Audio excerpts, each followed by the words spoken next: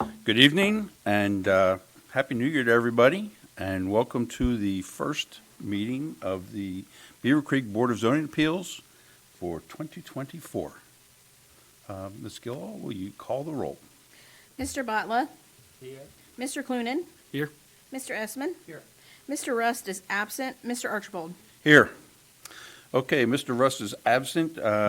I would like to entertain, or somebody entertain a motion to excuse Mr. Rust. Yeah, I move the motion to excuse Mr. Rust. Okay, we have a motion to excuse Mr. Rust. Do I hear a second? Second. Okay, we have a motion and a second by voice vote. All in favor, say aye. Aye. All opposed? Hearing none, Mr. Rust is excused. Okay, the agenda. We have one item on the agenda for tonight, public hearing. Do we have any additions, subtractions, modifications? Okay, I'll entertain a motion to accept the agenda as written. I move the motion to approve the agenda. Okay, we have a motion to approve the agenda as written. Do I hear a second? A second? Okay, we have a motion and a second by voice vote. All in favor of approving the agenda, say aye. Aye. All opposed? Hearing none, the agenda is hereby approved. Okay, we have some minutes from last meeting, and let me start by saying thank you to Mr. Essman for filling in for me, and Sunder was not here as well. So good job. Thank you. Well, thank you. It's a 10 out of 10. An hour's a 9. I screwed up sometime. There's a 9. And you got everything through because you needed 3 votes. You got 3 votes There you on go. both projects.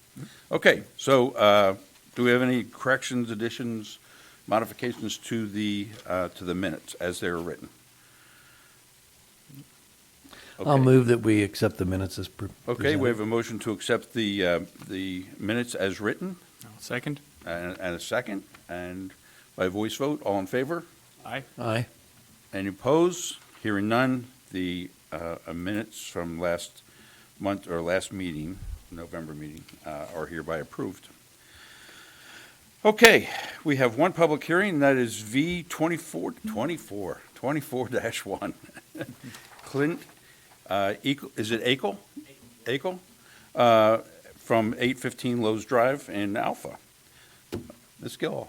This is case number V24-1 on an application filed by Clint Eagle, 815 Lowe's Drive, Alpha, Ohio, 45301, requesting a variance from ordinance number 22-06, section 4.6, requesting permission to allow the construction of a 2,400 square foot accessory structure in the floodplain.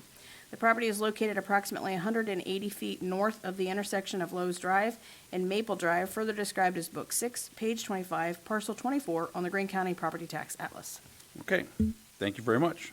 So, Mr. Carville, welcome. This is your first opportunity to present to the BZA, and it's a new year.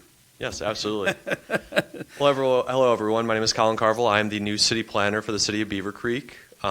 We are here to listen to variance request case V24-1 located at 815 Lowe's Drive, as Melissa pointed out. The reason why I'm presenting this evening is because I am the floodplain administrator.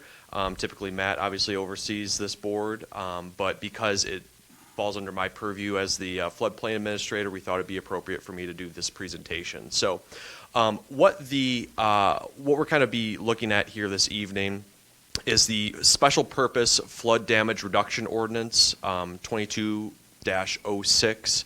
It was passed by City Council on February 28th, 2022.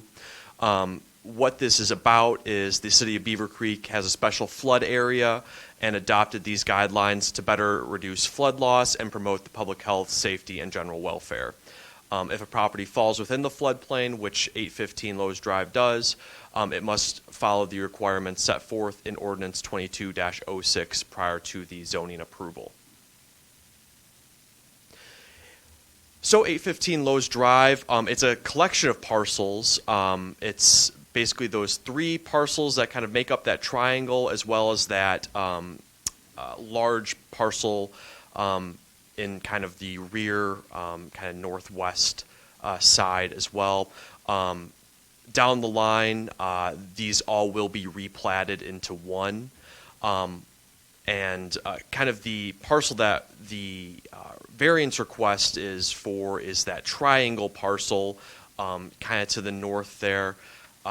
We'll have a zoom in on the next slide coming up here soon. So this is just a photo of kind of that property, of that triangle piece.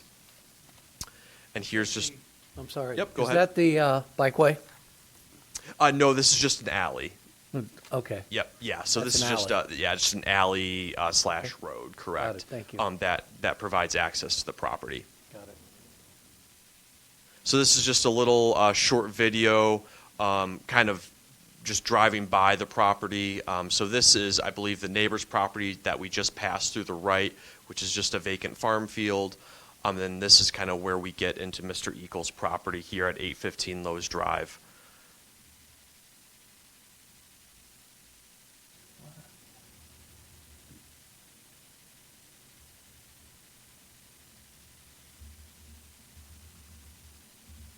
And that's his home right there. That was on kind of the left parcel, and this is kind of going through. So the this is kind of highlighting the floodplain area. So the blue zone, that map that's highlighted, is indicated as flood zone AE, and then the orange kind of parcel that's on the left is the regulatory floodway. No building of any kind can happen in the regulatory floodway. So the building itself, like I pointed out earlier, will be going in that triangle highlighted piece that you see at the top of your screen there. As you can see, part of that parcel is in the regulatory floodway. However, most of the parcel and where the proposed structure will be in flood zone AE. Can you go back? Yep, absolutely. How do you correspond that triangle area in the zone AE? In zone AE, that's the area? Yes, that whole blue area that you see, that's in the floodway. And Yep, so that whole neighborhood is in the floodway. And this particular area, where that lies within that area? How, okay, there are housing there, right? All the houses, district, Yep. and then this is the zone A area. This particular Talk to house, your mic. particular area. Turn your mic on. This particular triangle area that will be combined and become one, Yep. how you transpose this area over that zone AE? Where this section lies in that area? Where is this property in that particular zone AE? The home itself is directly southwest of. If we go back a little bit here. Do you have a pointer? You have a pointer? I could have. Okay.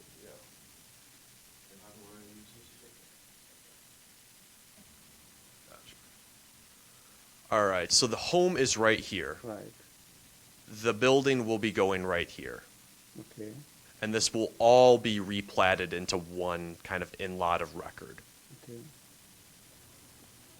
So, Then that this area, zone AE, that one is, that particular, on this- yep, the whole area is zoned AE. and it's vacant right now? It's nothing, there's no building on this area, right? Just whole area is empty? There's like some small pens, I believe. I'm sure the applicant can attest more to that when he speaks. But there are some small structures, but nothing of what is being proposed here. All right, so this is just a very kind of rough idea of what where the structure will kind of sit on the property. This is not drawn to scale, but it'll be 60 by 40, which totals 2,400 square feet. Structures in this floodplain can only have a maximum of 600 square feet, which is where the variance request comes in this evening. And it'll be primarily used for agricultural storage, whether it's farm equipment, farm animals, feed, things like that. And once again, the applicant will be able to kind of attest more to that. You can help me out. If you could help me out a little bit. So the underlying zoning here is an agricultural zone? Yeah, so he had that rezoned. It was zoned residentially and I believe industrial beforehand. Okay. But he rezoned all of these parcels into agricultural. Then there's a floodplain overlay on it. Yep, and that's and the floodplain kind of supersedes the zoning before receiving actual zoning approval. The flood kind of standards supersede Understand that. Question I have is the 2,400, well, I'm sorry, the 600 square feet for structures, is that the agricultural zoning? That would be all structures. I understand that, but where's the authority come from for that? Is that from the agricultural zone, or is that from the floodplain overlay? The 600 comes from the floodplain overlay. Okay. That prevents them from having to do any type of lifting standards or Okay. or things like that. Thank you very much. Of course. So once again, that's kind of a rough idea of where that the proposed structure will sit. The applicant hasn't done the necessary engineering or come up with kind of a idea of what it will look like yet, just because he wants to get the approval for the structure first before putting any money into it. So going through the staff analysis, so unlike what you all are probably used to using the zoning code, in our ordinance there is a review criteria that we specifically follow. It's found in section 5.4. So I'll just work through those really quick for you all. So there's 11 standards.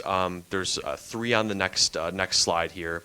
The first standard is the danger that materials may be swept onto lands to the injury of others. The city had a neutral stance on this standard simply because we thought materials, if they built a 600 square foot structure, materials would be swept away.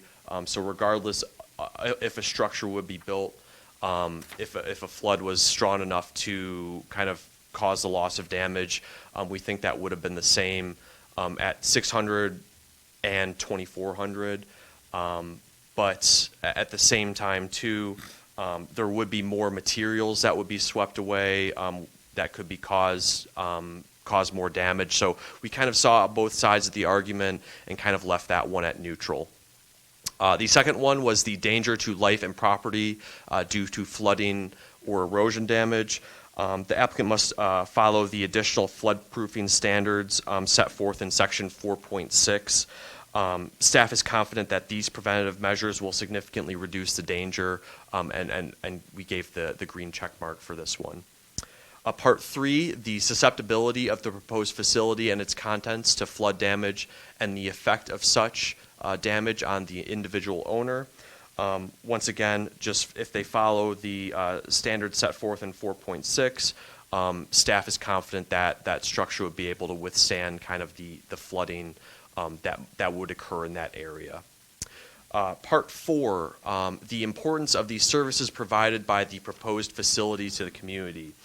We didn't believe that the request satisfied that requirement. Staff would believe that this would be more of a self-serving purpose, and the services provided to the community would be negligible if constructed. Part 5, the availability of alternate locations for the proposed use that are not subject to flooding or erosion damage. As you all saw in the flood map, all the property is covered in this, so there's not, I guess, a different location that we could dream up of to put this structure, unfortunately. Part 6, the necessity of the facility of the waterfront location were applicable.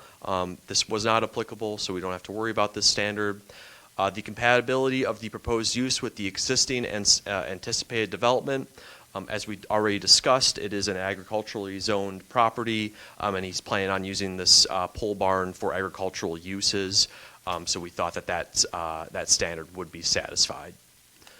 Part 8, the relationship of the proposed use to the comprehensive plan and the floodplain management program for that area. Land use map designates this area as low-density residential. The structure, one of the standards in our floodplain regulations, is it cannot be used for human habitation, so that would not be disturbed. And finally, the last three here. Part 9, the safety of access to the property in times of flood for ordinary and emergency vehicles. There's a street that leads up to the property, as well as an alleyway that we saw on our drive-through that was drivable.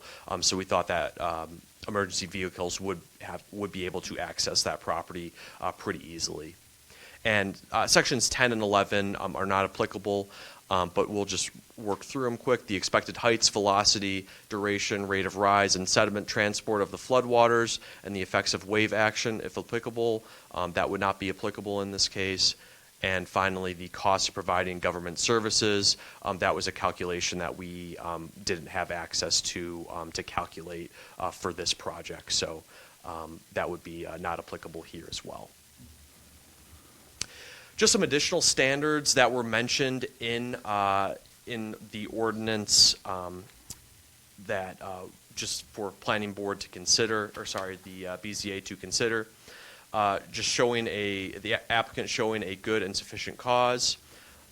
2, a determination that failure to grant the variance would result in exceptional hardship due to the physical characteristics of the property, increased cost or inconvenience of meeting the requirements of these regulations does not constitute an exceptional hardship to the applicant.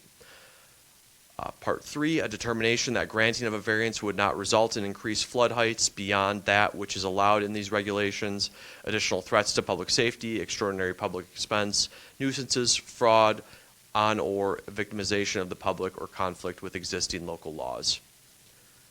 Part 4, a determination that the structure or other development is protected by methods to minimize flood damage. And Part 5, a determination that the variance is the minimum necessary considering the flood hazard to afford relief.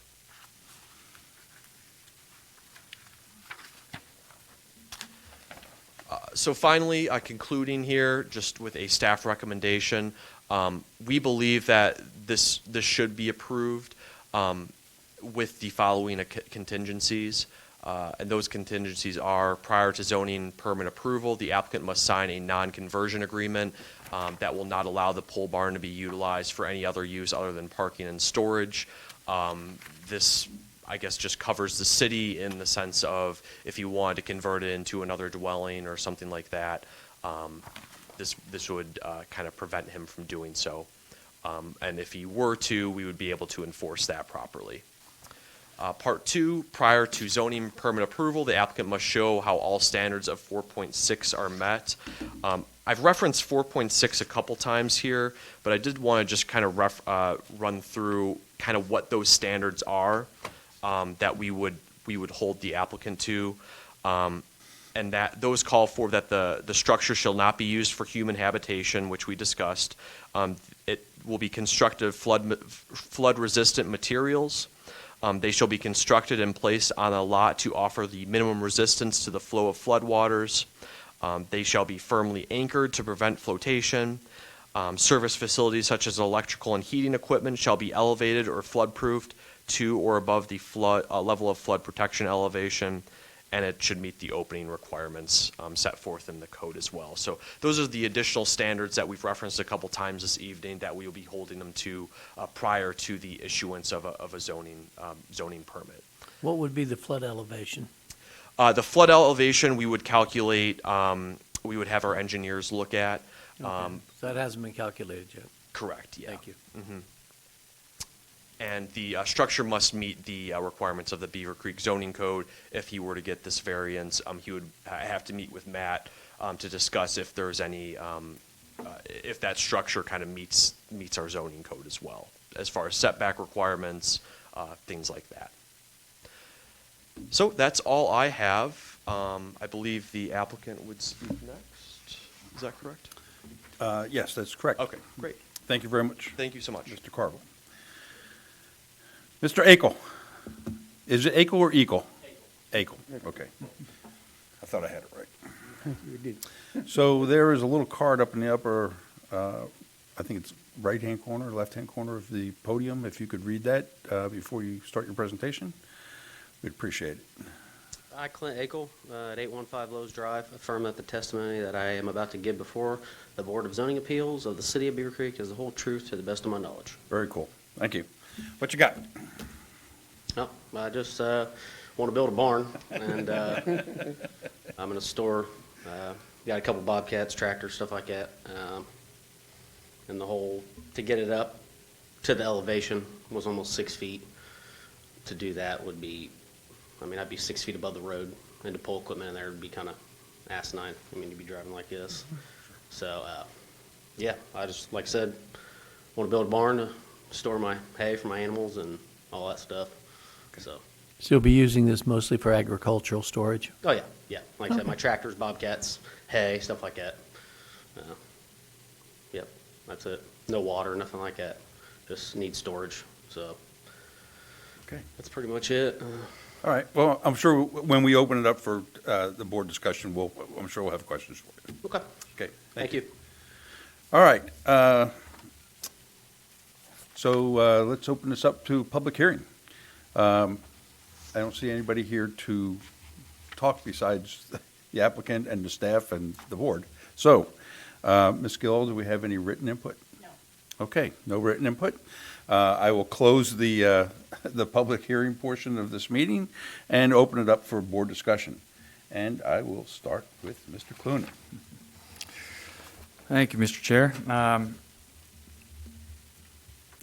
A question for our new city planner, perhaps. If you come up, there's probably some basic ones, and you might have gone through this, but No problem. just to clarify. Of course. When did the flood plan go into effect, at least in this area? Has this been longstanding? Yes, it's certainly been long-standing. FEMA comes through and does updates it as necessary, but the floodplain has been in effect for quite some time. Okay, so in terms of the colors that you had on there, the striped and the blue, those haven't really changed? Correct, in a while. Okay, and to your knowledge, have there been any past issues in this area or in that area? Not to my knowledge. I know this kind of area was not. I don't know exactly when, but it was annexed in recently because it doesn't have a Beavercreek actual address, so it was annexed in. But to my knowledge, we haven't heard. I didn't see anything in the file at all regarding issues with that. Okay, and then last question on that is, in terms of some of these factors that we have marked as satisfied, it doesn't appear that staff has great concern of a flood coming through and sweeping away this pole barn. Would that be accurate? Is that how you guys came to this? Yeah, I think that's a fair conclusion. Just simply because some of those standards, like it has to be anchored, that we would hold him to. So if the pole barn were to cause damage after all those standards are met, I don't know if what else we could do. So Sure. Okay, that's all I have. Thank you. I okay, appreciate it. thank you. Nothing further. I'm good. Nothing further? Nothing for the applicant or anything? No, I'm good right now. I think. I'll reserve my right for seconds. Okay, then we'll move on to Mr. Espin. Thank you, Mr. Chair. So my understanding here is that there still needs to be a zoning application that needs to be filled out and brought forth? Yes, that is correct. So if he were to receive approval here this evening, then he would have to go online, or probably even better, meet with Matt just to go over kind of the standards. He would probably meet with an engineer to kind of get a concept plan showing how these standards in 4.6 would be met. And then once he's able to show that, he would apply for that zoning permit for the just a simple accessory structure permit. Why wouldn't we do this all as one? I mean, there's the potential here that you'll have to have this gentleman come back before us if they don't meet standards. Right. I think this is more so just from this is to kind of give him the opportunity to build the barn So he wouldn't want. You can't build the barn unless zoning says he can. Right, correct. But even a structure at all that he would want. So You can't build a structure at all without a zoning permit. So I guess my question I'm confused as to why the city broke this into two separate areas when the gentleman could have applied. Maybe he couldn't have applied. Matt, could he have applied for a zoning permit? Come on up, Matt. Glad you stuck around. Yeah. Sure. Yeah, the applicant could have applied for the barn, for a zoning permit for the barn. And he can have, the size barn that he's asking for. He just needs to meet our setback requirements and all that kind of thing. So staff doesn't generally have many concerns as far as the zoning aspects of it. Really, his major hurdle is the floodplain issue as far as, he's got property and he's, as far as spacing, we're not necessarily concerned about the zoning part of it. It's more or less the floodplain side of things.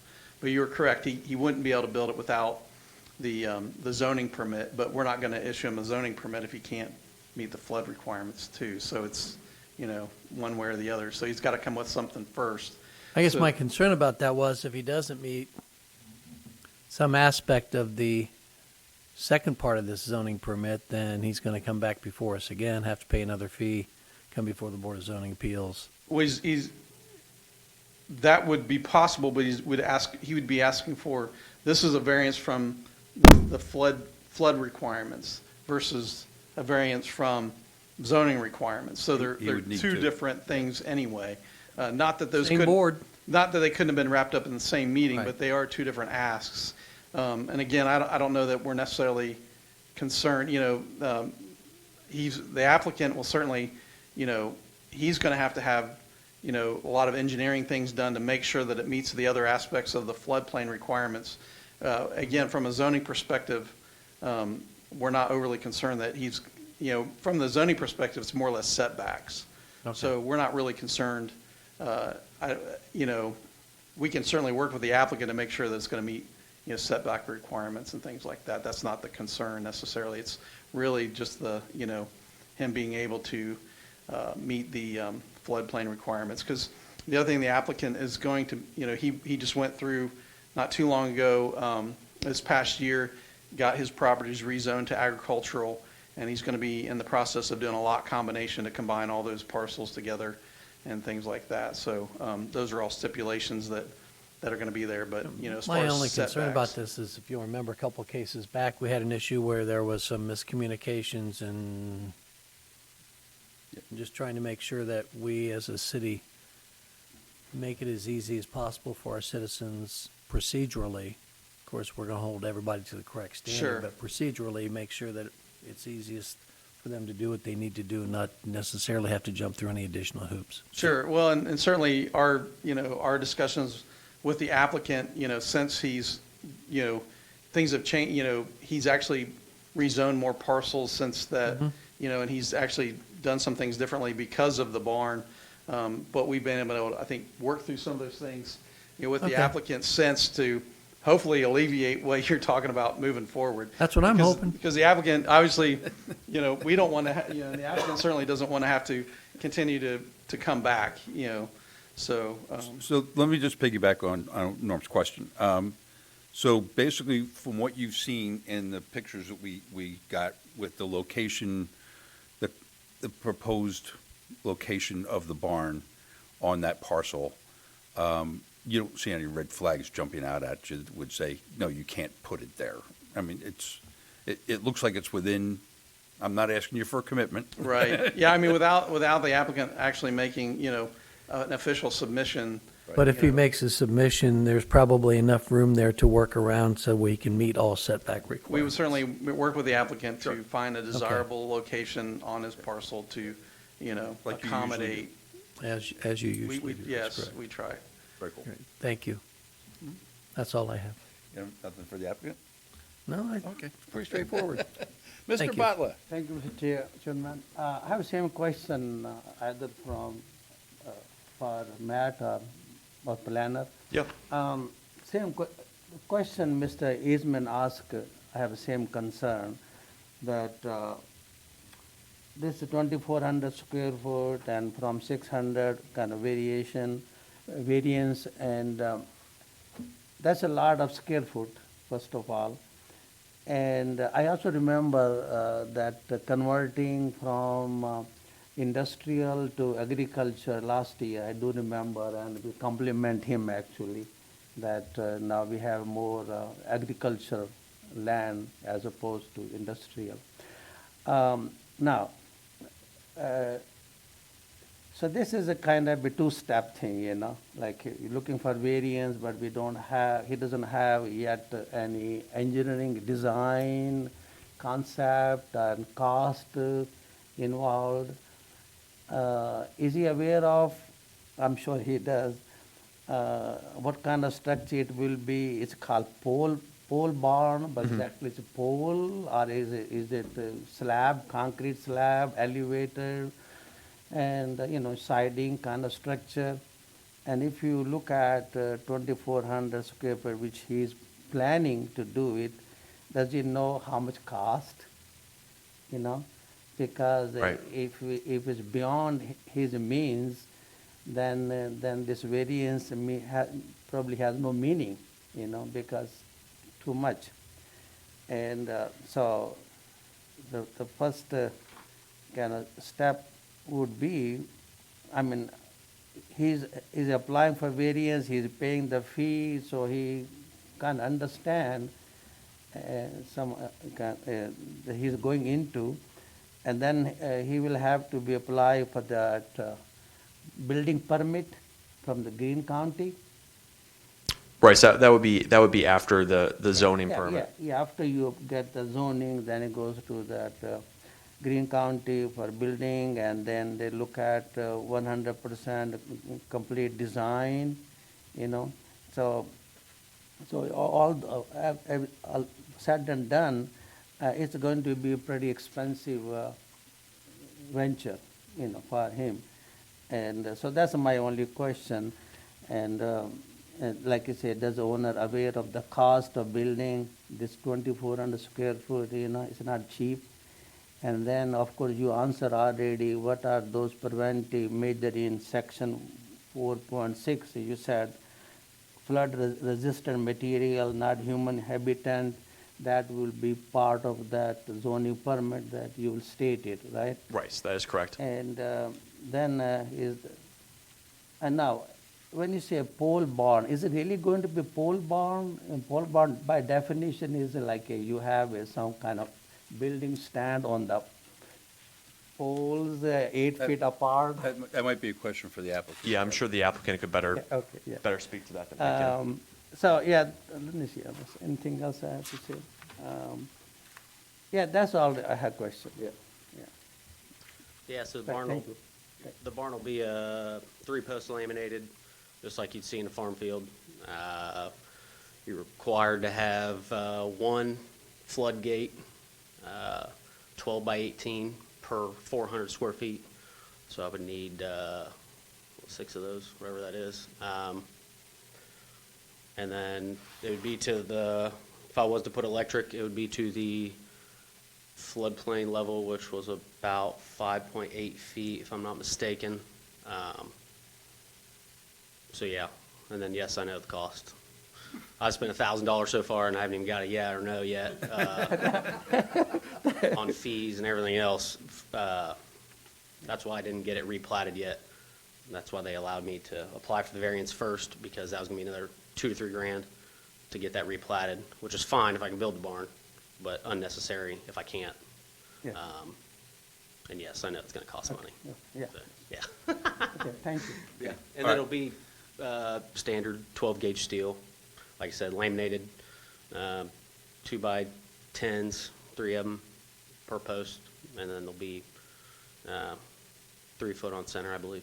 But it'd be like an average agricultural pole barn, except with the floodgates and stuff for the variance for the flood. Pretty much an open structure inside, right? Yep, and like I said, it'll have all the floodgates around the bottom per 400 square feet Right. that will automatically open up when there's sense water, Okay. stuff like that. All right, well, I was going to ask you questions after I asked the staff, but since you're up there, let's just go ahead and go for it.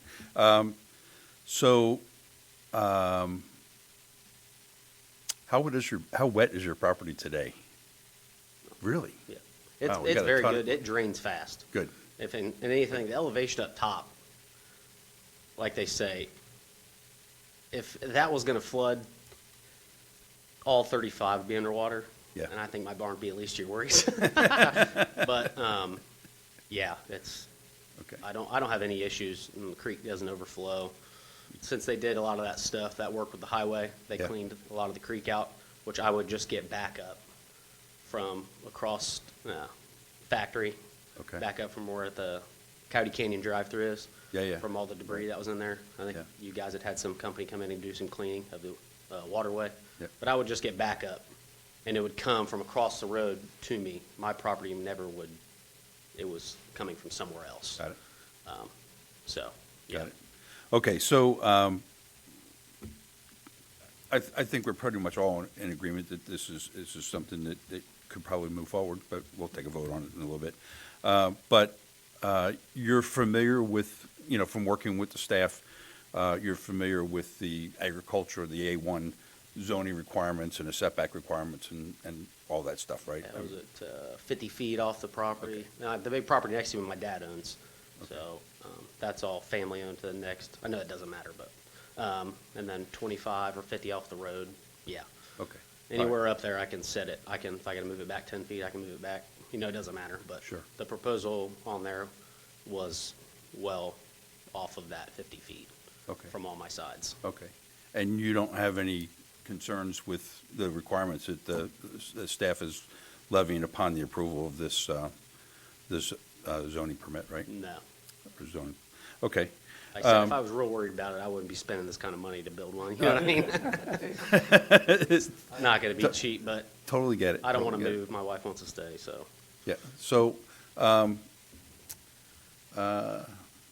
don't think I have any other questions. The main thing that, and I think this is what Norm was getting at, was the main thing is that we want to make sure that everybody has all the information they need going in, right? Instead of getting more pieces of information that may have been easily communicated. I wish I would have known that Yeah. type of information. Yeah. So, thank you, Clint, appreciate it, and I do have some questions for Mr. Carville. Thank you. Okay, I told you I was going to ask you to teach us. Absolutely. Okay, so what is this floodplain AE? What does AE stand for, and? Yeah, so there's multiple designations within the zone. There's A130, AE, AO, AH. That's all designated by FEMA. It's not designated by city. I wrote down the flood zone AE is generally a zone where flood risks are very high and flood can happen every 100 years. Flood zone AE has a base elevation determined through flood maps, and it's known as kind of the 100-year flood. Outside of that, there wasn't really much as far as a strict definition on AE outlined in the ordinance for it. Okay, so, and what is that elevation? Does it call out the elevation, do you know? That was kind of what I referenced with what our engineer would kind of calculate or help calculate. He referenced the 6 feet. I believe kind of the rough estimate is for every 2 feet flood elevation below, you have to build, I believe, 2 feet up. So. Okay, all right, and then the other designation that was on your map, floodway. Yeah. The floodway, I forget what exactly what it was, but that's just the regulatory floodway. Yeah. That is just no build zone, nothing can go in there, anything like that. So that's kind of the most high risk area, just strictly out kind of near the where the running water is. And then kind of where it fades into the blue is kind of the less risk, but that's kind of the overflow area. Okay. And did I misread the map or your picture, or are all the buildings that are in that area, they're all built in the floodplain, right? I mean, the AE floodplain. Yes, they are all in the AE floodplain. The whole area. Yep, this one right here. Yep, that whole area is, I imagine those were, I'm not sure when those homes were built, but I imagine they would be considered grandfathered in. Yep. Didn't have to abide by those standards. Okay, and that kind of brings me to my next question Sure. is there any provision for grandfathering new buildings within a property that was grandfathered for an existing building? Not to my knowledge, no. Okay. Okay. Great-grandfather. Yeah, great-grandfather, right. Okay, and then my last question for you is flood-proofing? What is that? I And think how that. is it accomplished? Yeah, so I believe that's strictly through the materials. I think Matt and I will have to sit down and look at exactly what that would require. But I think that's strictly with the materials utilized to minimize damage and risk in the Okay. area. Okay. I think part of it, Mr. Akel has already identified the electrical part that's for flood-proofing for electrical, right? I mean, he's well aware of that, so. Okay, well, thank you for educating us more about flood stuff, because course. we don't get many flood. Yeah, absolutely. Matt mentioned that this is the first case he's come across in his time with the city, so. Yeah, me too, I think. Yep, okay, good, thank you very much. Anybody have seconds Yeah, I have got a question. for Mr. Carville? Our new planner. Yep, no problem. When you say elevation, are we talking about elevation surrounding area, elevation, sea level elevation? What kind of elevation, that floodplain, Yeah, it's like the sea level. sea level? Yep. Mm-hmm. Okay. Second question is, do you know in that area, do we have any this storm sewer system in that area? That I'm not sure. That would be a question for our engineer. I'm not sure of any in the area. So that means all the rain just seep through the ground. There's no recovery plan. Where water goes. Yeah, that would be more for our engineer. Unfortunately, we don't have the answer to that. Thank you.